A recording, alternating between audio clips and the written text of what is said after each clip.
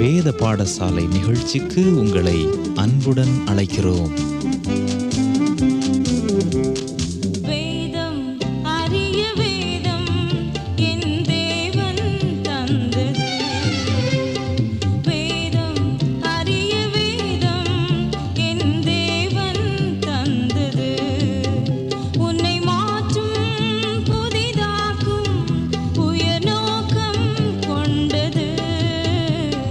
வேதம் அரிய வேதம் என் தேவன் தந்தது. கிறிஸ்துக்குள் பிரியமானவர்களே, வேத பாடசாலை நிகழ்ச்சியை நீங்கள் தவறாது கேட்டு வருவதை குறித்து நாங்கள் மிகுந்த மகிழ்ச்சி அடைகிறோம். இந்த நிகழ்ச்சியின் மூலம் அநேகர் பயனடைந்து வருவதை குறித்து நாங்கள் தேவனுக்கு நன்றி செலுத்துகிறோம். 1 யோவான் ரட்சிப்பின் நிச்சயத்தை எடுத்துக் கூறும் கடிதமாக இருக்கிறது. ஆவிக்குரிய வாழ்க்கைக்கு இது ஒரு சிறந்த புத்தகமாக இருக்கிறது. நம்முடைய ரட்சிப்பின் நிச்சயத்தை உறுதிப்படுத்தும் அநேக காரியங்களை இந்த கடிதத்தின் மூலம் நாம் கற்றுக்கொண்டு வருகிறோம். ரட்சிப்பின் நிச்சயத்தோடு வாழ்பவர்கள் ஆவிகளை பகுத்தறியும் தன்மை பெற்று இருப்பார்கள் என்று யோவான் கூறுகிறார். இந்த கருத்தை நாம் 1 யோவான் 4ஆம் அதிகாரத்தில் வாசிக்கிறோம். 1 யோவான் 4ஆம் அதிகாரம் முதல் 3 வசனங்கள். பிரியமானவர்களே, உலகத்தில் அநேகம் கள்ள தீர்க்கதரிசிகள் தோன்றியிருப்பதினால் நீங்கள் எல்லா ஆவிகளையும் நம்பாமல் அந்த ஆவிகள் தேவனால் உண்டானவைகளோ என்று சோதித்தறியுங்கள். தேவ ஆவியை நீங்கள் எதனாலே அறியலாம் என்றால், மாம்சத்தில் வந்த இயேசு கிறிஸ்துவை அறிக்கை பண்ணுகிற எந்த ஆவியும் தேவனால் உண்டாயிருக்கிறது. மாம்சத்தில் வந்த இயேசு கிறிஸ்துவை அறிக்கை பண்ணாத எந்த ஆவியும் தேவனால் உண்டானது அல்ல. வருமென்று நீங்கள் கேள்விப்பட்ட அந்தி கிறிஸ்துவனுடைய ஆவி அதுவே. அது இப்பொழுதும் உலகத்தில் இருக்கிறது. இந்த வசனங்களின் மூலம் நாம் தொடர்ந்து யோவான் எழுதிய 1ஆம் நிருபத்தை தியானிப்போம். நாம் ஏற்கனவே அறிந்த வண்ணம் ரட்சிப்பின் நிச்சயத்திற்கு தேவையான அடிப்படை காரியங்களை நாம் 1 யோவான் மூலம் கற்று வருகிறோம். நாம் எப்படி ரட்சிப்பு அடைந்தோம், அழிந்தே போகாத வாழ்விற்கான தன்மையை பெற்றுக்கொண்டுள்ளோம் என்பதை எப்படி அறிவோம், மேலும் நாம் ரட்சிப்பின் நிச்சயத்தோடு தான் வாழ்கிறேன் என்பதை எப்படி அறிய முடியும் போன்ற கேள்விகளுக்கான விளக்கங்களை யோவான் தம்முடைய 1ஆம் நிருபத்தில் தெளிவாக போதிக்கிறார். குறிப்பாக 4ஆம் அதிகாரத்தின் ஆரம்ப வசனங்களிலே ஆவிகளை சோதித்தறியும் காரியங்களை யோவான் நமக்கு விளக்கி கூறுகிறார். ஆவிக்குரிய தன்மை பெற்றிருக்கும் யாவும் பரிசுத்த ஆவியானவரால் தரப்பட்டவை என்று கூறிவிட முடியாது. பரலோகத்திற்கும் பூமிக்கும் இடையிலே மனிதனுடைய கனவிற்கும் மிஞ்சிய அளவில் அநேக காரியங்கள் காணப்படுகிறது. ஆம், இது உண்மை. ஆவிகளின் உலகத்திலே நல்ல ஆவிகளும் உண்டு, கெட்ட ஆவிகளும் உண்டு. அனைத்து ஆவிகளையும் நாம் சோதித்து அறிந்து அவைகளின் வித்தியாசத்தை கண்டுகொள்ள வேண்டும் என்று யோவான் நமக்கு போதிக்கிறார். ஒவ்வொரு ஆவியையும் ஆவிக்குரிய அறிக்கையின் மூலம் நாம் சோதிக்கலாம். ஆவிக்குரிய அறிக்கையானது நம்முடைய கொள்கை பரிசோதனையாக இருக்கிறது. நாம் ஏற்கனவே அறிந்தது போல நம்முடைய அறிக்கை விசுவாசிகளுக்குள்ளே ஒற்றுமையை ஏற்படுத்துகிறது. மாம்சத்தில் வந்த இயேசு கிறிஸ்துவை அறிக்கை பண்ணுகிற அனைத்து விசுவாசிகளும் ஒற்றுமையோடு இருக்கிறார்கள். மேலும் மாம்சத்தில் வந்த இயேசு கிறிஸ்துவை அறிக்கை செய்கிற எந்த ஆவியும் தேவனால் உண்டாயிருக்கிறது.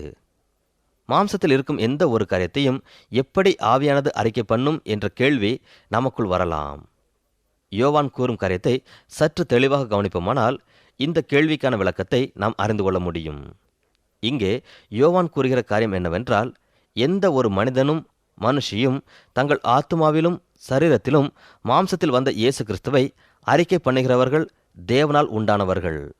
இந்த உண்மையை அப்போஸ்தலனாகிய பவுல் கொரிந்தியருக்கு எழுதிய 2ஆம் நிருபம் 4ஆம் அதிகாரத்தில் நமக்கு கூறியுள்ளார். ஆவிக்குரிய தன்மையற்ற நிலையில் இந்த உலகத்தில் வாழும் ஒவ்வொரு மக்களும் நம் வாழ்க்கையிலே சுவிசேஷத்தை காண அதிகாரம் பெற்றிருக்கிறார்கள். இந்த கருத்தை தான் மாம்சத்திலே அறிக்கை செய்யும் ஆவி என்று யோவான் கூறுகிறார். இந்த கருத்தை இன்னும் தெளிவாக நாம் அறிந்து கொள்ள வேண்டுமானால் யோவான் எழுதிய சுவிசேஷத்தை நாம் வாசிக்க வேண்டும். யோவான் 17ஆம் அதிகாரத்திலே மிகவும் சிறந்த பிரதான ஆசாரியின் ஜெபத்தை அப்போஸ்தலர்களுக்காகவும் திருச்சபைக்காகவும் இயேசு செய்தார். பிரதான ஆசாரியன் ஜெபத்தை இயேசு ஜெபிக்கும்போது ஒரு முக்கியமான காரியத்தை குறிப்பிட்டார். அது என்னவென்றால், தேவன் தம்முடைய சொந்த குமாரனை இந்த உலகத்திற்கு அனுப்பி தம் குமாரனாகிய இயேசு கிறிஸ்துவை நேசித்தது போல உலக மக்கள் அனைவரையும் நேசித்தார் என்பதை அவர்களின் வாழ்க்கையின் மூலம் உலக மக்கள் அறிய வேண்டும் என்று அப்போஸ்தலர்களுக்காக இயேசு ஜெபம் செய்தார். உலகமானது இயேசு கிறிஸ்துவை விசுவாசிக்க வேண்டுமானால், உலக மக்கள் இயேசுவின் அன்பை அறிய வேண்டுமானால் நாம் ஒவ்வொருவரும் பிறரை நேசிக்க வேண்டும். நாம் ஒருவரை ஒருவர் நேசிக்கும்போது மட்டுமே தேவன் தம்முடைய குமாரனாகிய கிறிஸ்துவை உலக மீட்புக்காக உலகத்திற்கு அனுப்பினார் என்று உலக மக்கள் அறிந்து கொள்வார்கள். இந்த செய்தியைத்தான் இயேசு தம்முடைய சீஷர்களுக்கு மேலறையிலே உபதேசித்தார். நீங்கள் அன்பின் செய்தியை வைத்திருக்கிறீர்கள். இந்த அன்பின் செய்தியை முதலில் நீங்கள் நடைமுறைப்படுத்த வேண்டும். அதாவது உலக மக்களுக்கு முன்பாக அன்பின் செய்தியை அறிவிப்பதற்கு முன்னர் உங்களுக்குள் ஒருவரில் ஒருவர் அன்பு கூற வேண்டும் என்று இயேசு கூறுகிறார். இயேசு கிறிஸ்துவின் இந்த மேலறை உபதேசமானது முதல் தலைமுறை திருச்சபை மக்களால் நிறைவேற்றப்பட்டது. அவர்கள் ஒவ்வொருவரும் மற்றவர்களை எப்படி சிநேகிக்கிறார்கள் என்று பாருங்கள் என்று அவர்களை குறித்த சாட்சி அந்நாட்களில் எங்கும் பரவிற்று. இன்றைய திருச்சபைகளில் வாழ நம்மை பார்த்து யாராவது இந்த வார்த்தைகளை சொல்லியிருக்கிறார்களா? நாம் ஒருவரில் ஒருவர் அன்பு கூறும்போது மட்டுமே கிறிஸ்துவின் ஆவியை, அதாவது கிறிஸ்துவின் அன்பை நம் வாழ்க்கையின் மூலம் அறிக்கை செய்வோம். அப்பொழுது மட்டுமே யோவான் 3:16 செய்தி உலகமெங்கும் எடுத்துச் சொல்லப்படும்.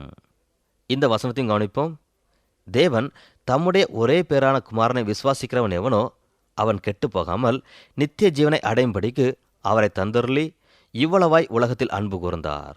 அன்பானவர்களே, இயேசு அப்போஸ்தலர்களை நேசித்த விதமாய் நாம் ஒருவரை ஒருவர் நேசிக்கும்போது நாம் வாசித்த வசனத்தின் உண்மையை நம் வாழ்க்கையின் மூலம் மற்றவர்கள் அறிந்து கொள்வார்கள். இந்த சத்தியத்தை 1 யோவான் 4 ஆரம்ப வசனங்களில் யோவான் நமக்கு கூறியுள்ளார். நாம் ஒவ்வொருவரும் நம்முடைய வாழ்க்கையிலே கிறிஸ்துவின் அன்பை அறிக்கை செய்ய வேண்டும். அன்பின் தன்மையை நாம் வெளிக்காட்டுவதற்காகவே நாம் தேவனால் நேசிக்கப்பட்டோம், தேவனால் ஆசீர்வதிக்கப்படுகிறோம். எதற்காக நாம் அன்பின் தன்மையை வெளிக்காட்ட வேண்டும்?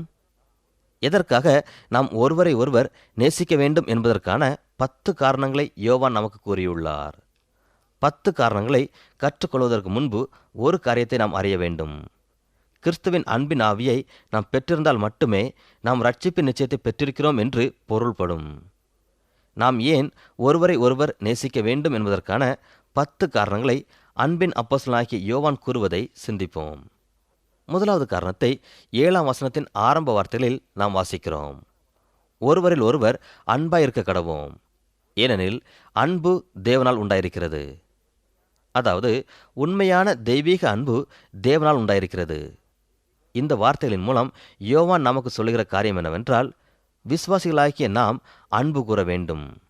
ஏனென்றால் உண்மையான அன்பை நாம் அறிந்திருக்கிறோம். இந்த உண்மையின் அன்பு தேவனால் உண்டாயிருக்கிறது. தொடர்ந்து யோவான் சொல்லுகிறது என்னவென்றால், அன்புள்ள எவனும் தேவனால் பிறந்து அவரை அறிந்திருக்கிறான். அன்பில்லாதவன் தேவனை அறியான்.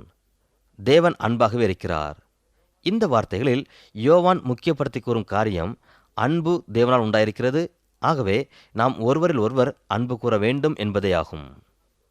இரண்டாவது காரணம், நாம் தேவனால் பிறந்திருக்கிறோம், அதற்காக நாம் அன்பு கூற வேண்டும். அதாவது நாம் தெய்வீக அன்பு உடையவர்களாய் இருந்து தெய்வீக அன்பினால் பிறரை நேசிப்போமானால் நாம் தேவனால் பிறந்திருக்கிறோம். ஆகவே நாம் அன்பு கூற வேண்டும். மூன்றாவது காரணம், நாம் ஏன் அன்பு கூற வேண்டும்? 1 யோவான் 4:8 தேவன் அன்பாக இருக்கிறார், ஆகவே நாம் அன்பு கூற வேண்டும். உண்மையான அன்பானது தேவன் எப்படிப்பட்டவர் என்பதை வெளிப்படுத்துகிறது. தேவனின் ஆழ் தத்துவத்தை அன்பானது எடுத்து கூறுகிறது. அன்பானவர்களே, நாம் தேவனால் பிறந்திருக்கிறோம், நாம் கிறிஸ்துவுக்குள் இருக்கிறோம் என்று சொல்வோமானால் அன்பு என்ற சிறந்த குணம் நம்மிடம் காணப்பட வேண்டும்.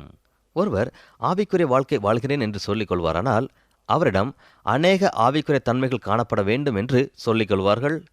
ஆனால் அது உண்மையல்ல. ஆவிக்குரிய நபரின் வாழ்க்கையிலே இருக்க வேண்டிய முக்கிய பண்பு அன்பு. நாம் தேவனால் பிறந்திருக்கிறோம் என்று சொல்வோமானால் கிறிஸ்துவின் அன்பின் ஆவி நம் வாழ்க்கையில் வெளிப்பட வேண்டும். 1 யோவான் 4 10-11 நாம் ஏன் அன்பு கூற வேண்டும் என்பதை மற்றொரு காரணத்தால் யோவான் விளக்கி கூறுகிறார். இந்த வசனங்களிலே ஒரு எடுத்துக்காட்டை நமக்கு கூறுகிறார். இயேசு கிறிஸ்து சிலுவையில் மரித்தார். ஏன் மரித்தார்? நாம் தேவனிடத்தில் அன்பு கூர்ந்ததினால் அல்ல, அவர் நம்மிடத்தில் அன்பு கூர்ந்ததினால் அவர் நமக்காக மரித்தார்.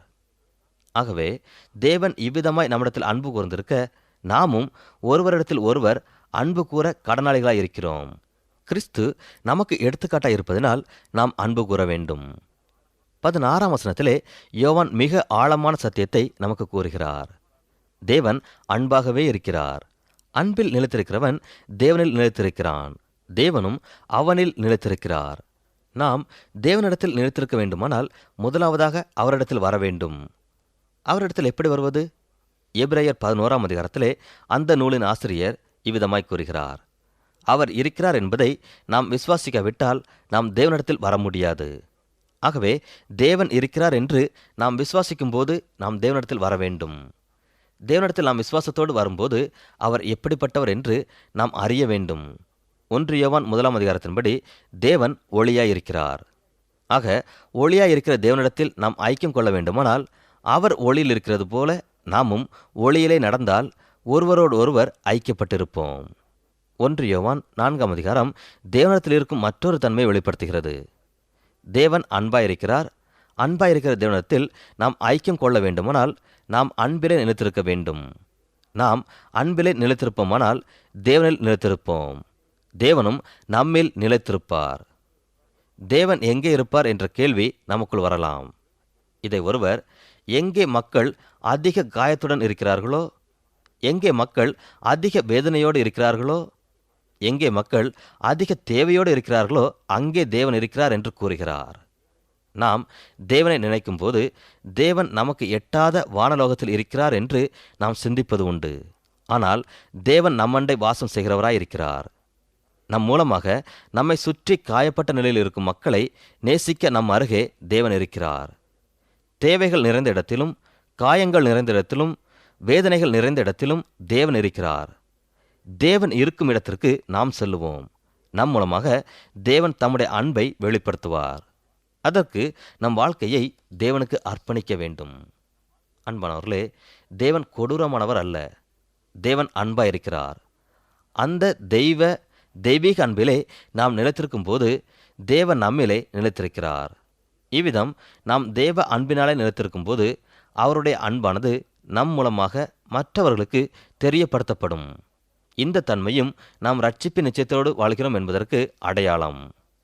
1 யோவான் 4ஆம் அதிகாரம் 17ஆம் வசனத்திலே அவர் சொல்லுகிற ஒரு காரியம் என்னவென்றால், நாம் ஒருவரை ஒருவர் நேசிக்கும் போது மட்டுமே நியாய தீர்ப்பு நாளிலே நாம் தைரியமாக இருக்க முடியும்.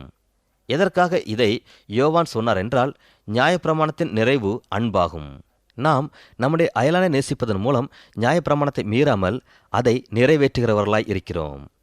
நாம் ஏன் அன்பு கூற வேண்டும் என்பதற்கான மற்றொரு காரணத்தை 1 யோவான் 4ஆம் அதிகாரம் 17ஆம் வசனத்தின் பின்பகுதியிலே யோவான் கூறுகிறார். அவர் இருக்கிற பிரகாரமாக நாமும் இவ்வுலகத்தில் இருக்கிறோம். ஆகவே அன்பு கூற வேண்டும். இந்த உலகத்திலே நாம் கிறிஸ்துவின் தன்மையை பெற்றவர்களாய் இருக்கிறோம். ஆகவே கிறிஸ்து இருக்கிற பிரகாரமாகவே நாமும் இருக்க வேண்டும். அன்பானவர்களே, நம் வாழ்க்கையிலே தேவ அன்பு காணப்படுமானால், நம் வாழ்க்கையிலே தேவ அன்பு பூரணப்படுமானால், தேவனுடைய கிருபையினால் கிறிஸ்து இருக்கிற பிரகாரமாக நாம் இவ்வுலகத்தில் இருக்கிறோம். நம் மூலமாக மக்கள் இயேசுவை காண வேண்டும். தேவ அன்பு நம்மிலே காணப்படுகிறதா? ஏன் அன்பு கூற வேண்டும் என்ற கேள்விக்கான பதிலை அறிந்து கொள்வோம். மேலும் யோவான் எழுதிய 2ஆம் 3ஆம் நிருபங்களை குறித்தும் சற்று சிந்திப்போம். 1 யோவான் 4ஆம் அதிகாரம் 18ஆம் வசனத்தின் முன்பாகம். அன்பிலே பயமில்லை, பூரண அன்பு பயத்தை புறம்பே தள்ளும். அன்பானவர்களே, இன்றைய நாட்களில் பயம் என்பது மிக பெரிய பிரச்சனை இருக்கிறது. குறிப்பாக நரம்பு மண்டலம் சார்ந்த பயம் என்கிற தன்மை மனித குலத்தையே அச்சுறுத்தி வருகிறது. நாம் ஒரு காட்டின் நடுப்பகுதியில் இருக்கிறோம் என்று வைத்துக்கொள்வோம். அப்பொழுது ஒரு புலி நம்மை நோக்கி பாய்ந்து வந்தால் நாம் பயமடைவோம். இது சாதாரணமான பயம். அப்படிப்பட்ட சூழ்நிலையில் நமக்கு பயம் வர வேண்டியது அவசியம். அப்படிப்பட்ட சூழ்நிலையில் பயம் இல்லாமல் இருப்போமானால் நமக்கு ஏதோ ஆகிவிட்டது என்றுதான் பொருள். அந்த சூழ்நிலையில் பயம் இல்லாமல் இருப்பது நம்முடைய உடலின் ஆரோக்கியமற்ற தன்மையை காட்டுகிறது. ஆனால் புலியே இல்லை. புலி வருவதற்கான சாத்தியக்கூறே இல்லை. எவ்வித அடிப்படை காரணமின்றி நாம் பயப்படுவோமானால் அது நம்முடைய நரம்பு மண்டலம் சார்ந்த பயத்தை எடுத்து காட்டுகிறது. சில மக்கள் எப்பொழுதும் எவ்வித காரணமும் இன்றி பயந்து கொண்டே இருப்பார்கள். இப்படிப்பட்ட பயத்தை குறித்தே யோவான் நாம் வாசித்த வசனத்தில் குறிப்பிடுகிறார். பூரண அன்பு பயத்தை புறம்பே தள்ளும். இந்த வசனத்தில் யோவான் நமக்கு சொல்வது என்ன? பூரண அன்பினாலே நாம் நியாயத்தீர்ப்பு நாளிலே தைரியத்துடன் காணப்படுவது போல பூரண அன்பினாலே நாம் அடிப்படையற்ற பயத்தை நீக்க முடியும். நாம் எதற்காக பயப்படுகிறோம்? எதை குறித்து பயப்படுகிறோம்? ஒருவேளை நம் வாழ்க்கையிலே நடைபெறப் போகிற காரியத்தை குறித்து பயப்படலாம். அல்லது நம் வாழ்க்கையிலே இழந்த சுகத்தை குறித்து, இழந்த உயிருக்குயிரான நண்பர்களை, உறவினர்களை குறித்தோ பயப்படலாம். சில வேளைகளில் நம்முடைய எதிர்காலத்தை குறித்து நாம் பயத்தோடு காணப்படலாம்.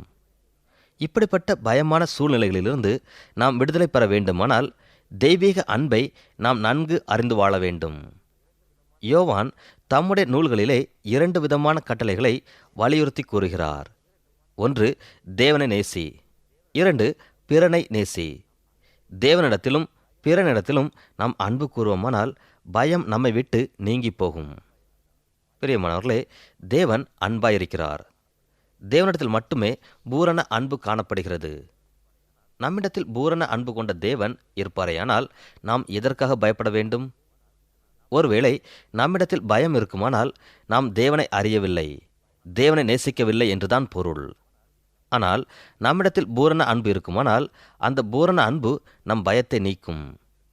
இங்கே ஏன் அன்பு கூற வேண்டும் என்ற கேள்விக்கு மற்றொரு காரணத்தை அறிந்து கொண்டோம். பூரண அன்பு நம் பயத்தை நீக்கும். ஆகவே நாம் அன்பு கூற வேண்டும். 1 யோவான் 4:20 மற்றொரு காரணத்தை யோவான் சுட்டி காட்டுகிறார். தேவனிடத்தில் அன்பு கூறுவதையும் சகோதரனிடத்தில் அன்பு கூறுவதையும் நாம் பிரிக்கவே முடியாது. ஆகவே நாம் ஒருவரில் ஒருவர் அன்பு கூற வேண்டும். தேவனிடத்தில் அன்பு கூறுகிறேன் என்று சொல்லியும் தன் சகோதரனை பகைத்தால் அவன் பொய்யன். அன்பு கூறுவதில் 2 பக்கங்கள் மிக முக்கியம். தேவனிடத்தில் அன்பு கூற வேண்டும். அதே சமயம் நம்முடன் இருக்கும் அன்றாட வாழ்க்கையிலே நாம் சந்திக்கும் மக்களிடத்திலும் அன்பு கூற வேண்டும். இந்த 2 காரியங்களையும் எக்காரணத்தை கொண்டும் பிரிக்கவே முடியாது. ஆகவே நாம் ஒருவரில் ஒருவர் அன்பு கூற வேண்டும். நாம் ஏன் அன்பு கூற வேண்டும் என்ற கேள்விக்கான மற்றொரு காரணத்தை 1 யோவான் 4:21 நாம் வாசிக்கிறோம். தேவனிடத்தில் அன்பு கூறுகிறவன் தன் சகோதரனிடத்திலும் அன்பு கூற வேண்டும் என்கிற இந்த கற்பனையை தேவனாலே பெற்றிருக்கிறோம். ஆகவே நாம் அன்பு கூற வேண்டும்.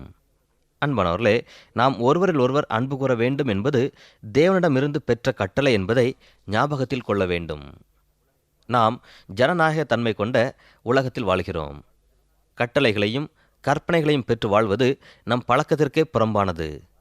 நாம் வாழ்கிற சமுதாயம் சுதந்திர சமுதாயம். ஆகவே கட்டளை போன்ற வார்த்தைகளின் மூல அர்த்தத்தை நம்மால் புரிந்து கொள்வது என்பது சற்று கடினமே. ஒருவேளை நாம் மன்னர் ஆட்சி காலத்தில் வாழ்ந்திருப்போமேயானால் கட்டளை என்ற சொல்லின் அர்த்தத்தை நம்மால் புரிந்து கொண்டிருக்க முடியும். நாம் ஒருவரில் ஒருவர் அன்பு கூற வேண்டும் என்று இயேசு நமக்கு கட்டளை கொடுத்திருக்கிறார். ஆகவே நம் இரட்சகராகிய இயேசுவிடமிருந்து பெற்ற கட்டளையின் நிமித்தம் நாம் ஒருவரில் ஒருவர் அன்பு கூற வேண்டும். இராணுவத்திலே உடற்பயிற்சியின் போது புகைப்பிடித்தல் என்பது தடை விதிக்கப்பட்ட கட்டளையாகும். ஒரு முறை ஒரு இளம் வாலிபன் தனக்கு கொடுக்கப்பட்டிருந்த கட்டளையை மீறி புகைப்பிடித்து கொண்டிருந்தான். அவன் கையில் இருந்த சிகரெட் புகையை கக்கிக் கொண்டு இருந்தது.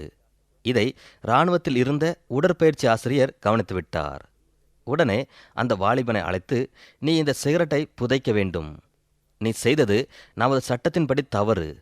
ஆகவே 10 அடி ஆழம் 10 அடி அகலம் குழியை தோண்டி நீ குடித்த சிகரெட்டை புதைக்க வேண்டும் என்று சொன்னாராம். அந்த வாலிபன் மிகவும் சிரமத்தோடு பெரிய குழி ஒன்றை தோண்டினான். அவன் உடம்பெல்லாம் தூசியால் நிறைந்து காணப்பட்டது. அப்பொழுது அந்த குழியில் தான் குடித்த சிகரெட் துண்டை அந்த வாலிபன் புதைத்தான். சற்று நேரம் கழித்து அந்த இராணுவ உடற்பயிற்சியாளர் அந்த வாலிபனிடம் வந்து, நீ புதைத்த சிகரெட் எந்த திசையை நோக்கி இருந்தது? வடக்கு தெற்கு திசைகளை நோக்கி இருந்ததா என்று கேட்டார். அந்த வாலிபன் மிக பதட்டத்துடன் உடற்பயிற்சியாளரை பார்த்து விழித்தான். அப்பொழுது அந்த உடற்பயிற்சியாளர் வாலிபனை நோக்கி, நீ மீண்டும் அந்த குழியை தோண்டி நீ குடித்த சிகரெட் துண்டை வடக்கு தெற்கு திசைகளில் இருக்குமாறு புதை என்று கூறினாராம். அவனுக்கு கொடுத்த வேலையை அவனும் செய்தான். சில நாட்கள் கழித்து உடற்பயிற்சியாளர் அந்த குறிப்பிட்ட வாலிபனை நோக்கி, இன்று நீ சிகரெட் குடித்தாயா என்று கேட்டார். அவன், இனி என் வாழ்நாளிலே நான் சிகரெட்டை தொடமாட்டேன் என்று கூறினான். அன்பானவர்களே, அந்த வாலிபனின் வாழ்க்கையிலே மாற்றம் வருவதற்கு காரணம் அவனுக்கு கொடுக்கப்பட்ட கட்டளை. நம்முடைய எஜமானனும் நம்முடைய கர்த்தருமாய் இருக்கிற இயேசு நமக்கும் கட்டளையை கொடுத்திருக்கிறார். அவர் கொடுத்த கட்டளையை நாம் ஒரு ஒப்பந்தமாக எண்ணிவிடக்கூடாது. அந்த கட்டளையை விவாதித்து தீர்மானம் எடுக்கக்கூடாது. கட்டளை என்றால் அதற்கு நாம் கீழ்ப்படிய வேண்டும். நாம் ஒருவரில் ஒருவர் அன்பாயிருக்க வேண்டும் என்பது இயேசு நமக்கு கொடுத்த கட்டளை. ஆகவே நாம் ஒருவரில் ஒருவர் அன்பு கூற வேண்டும்.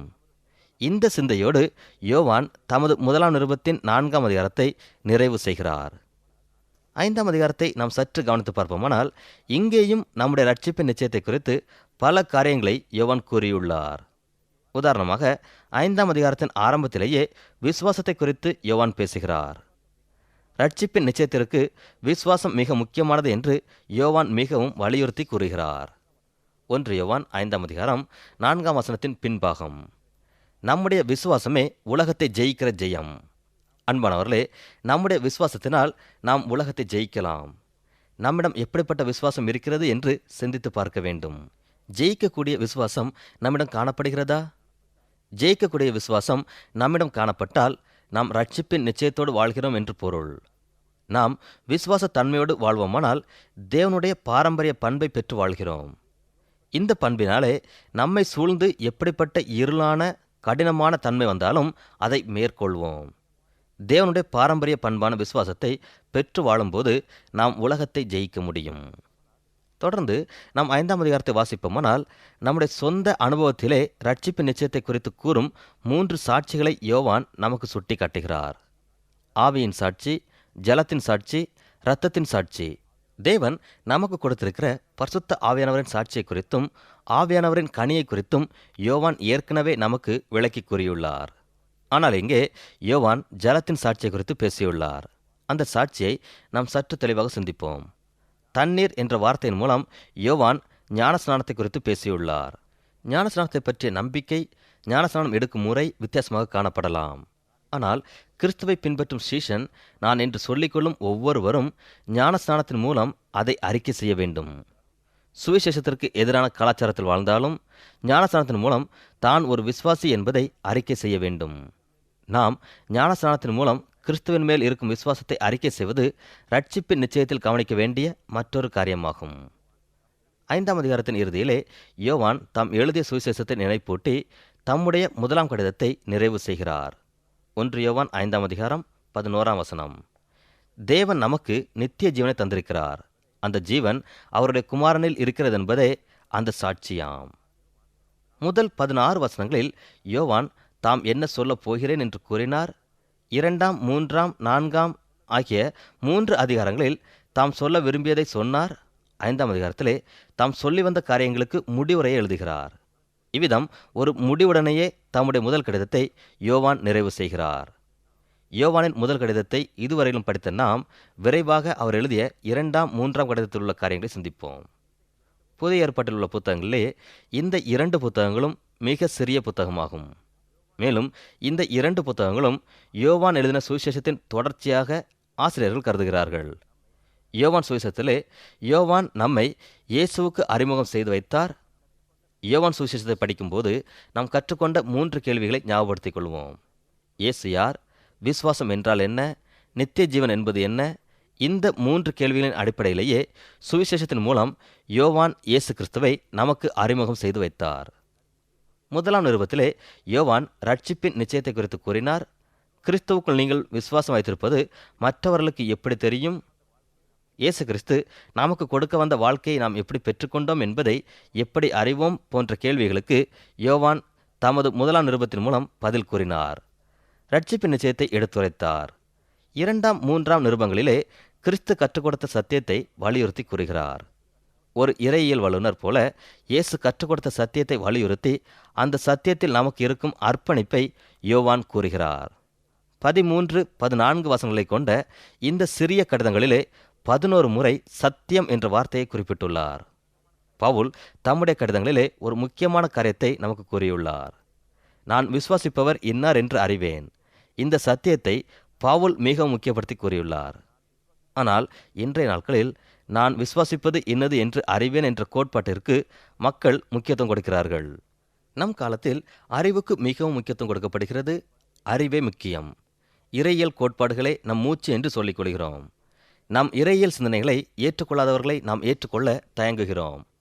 நம்மைப் போல விசுவாச அறிக்கையை சொல்லாதவர்களை நாம் திருச்சபையின் ஐக்கியத்தில் இருந்து தள்ளி வைத்து விடுகிறோம். நாம் கையாளுகிற இந்த சத்தியம் வேதத்தில் காணப்படாத ஒன்று. நம் சிந்தனைக்கு தோன்றிய காரியத்தை ஏற்றுக்கொள்ளாதவர்களை நம் ஐக்கியத்திலே நாம் ஏற்றுக்கொள்வதில்லை. அன்பானவர்களே, யோவான் தம்முடைய 2, 3 நிருபங்களில் இயேசு செய்த போதனைகளை வலியுறுத்தி இயேசுவின் போதனைகளை பின் செல்ல நம்மை கேட்டுக்கொள்கிறார். இயேசு கிறிஸ்துவின் போதனைகளை தங்களுக்கு ஏற்றவாறு திருத்தி அமைத்துக் கொண்டு போதனை செய்கிறவர்களை யோவான் மிகவும் அதிகமாக எச்சரிக்கிறார். நண்பர்களாயும் மிகவும் உதவியாகவும் அநேக மக்கள் இருந்த சமயத்திலே பிரச்சனைகளை கொடுக்கக்கூடிய மனிதர்களும் யோவானுக்கு இருந்தார்கள். அவ்விதம் பிரச்சனை கொடுக்கக்கூடிய ஒரு மனிதனையே யோவான் நமக்கு குறிப்பிட்டு சொல்லியிருக்கிறார். அவன் பெயர் தியோத்திரேப்பு. அவன் எப்பொழுதுமே முதன்மையாக இருக்க நினைத்தான். இவனை குறித்து 3 யோவான் 9, 10 வசனங்களை கூறியுள்ளார். அன்பானவர்களே, அன்பு நிறைந்த மிகவும் வயதான யோவானுக்கு அதிக வருத்தத்தை கொடுக்கக்கூடிய ஒரு மனிதன் அவருடைய சபையிலே இருந்தான். அப்படிப்பட்ட மனிதர்களையும் யோவான் நேசித்தார். அவர்களுடனே யோவான் பணியாற்றினார். இது நமக்கு ஆறுதல் கொடுக்கக்கூடிய காரியம். யோவான் இயேசு கூறிய போதனைகளை வலியுறுத்தி கூறியது மட்டுமல்லாமல் இயேசுவின் போதனைகளை தன் வாழ்க்கையிலே கடைபிடித்தார். அதனால்தான் மிகவும் கடினமான மக்களையும் அவர் நேசித்தார். நாமும் சத்தியத்திலே நடப்போம், சத்தியத்தை வெளிக்காட்டுவோம்.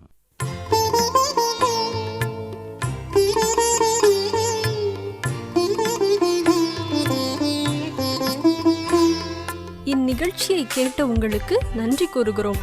இந்நிகழ்ச்சியில் ஒலிபரப்பாகும் வேத பாடங்களை பற்றி மேலும் அறிந்து கொள்ள இலவச துணை நூல் தயாராக உள்ளது. தேவைப்படுவோர் எழுதி பெற்றுக்கொள்ளும்படி அன்புடன் கேட்டுக்கொள்கிறோம்.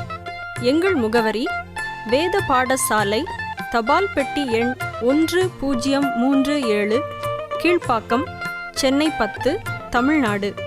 மீண்டும் கூறுகிறோம்: வேத பாடசாலை, தபால் பெட்டி எண் 1037, கீழ்ப்பாக்கம், சென்னை 10, தமிழ்நாடு.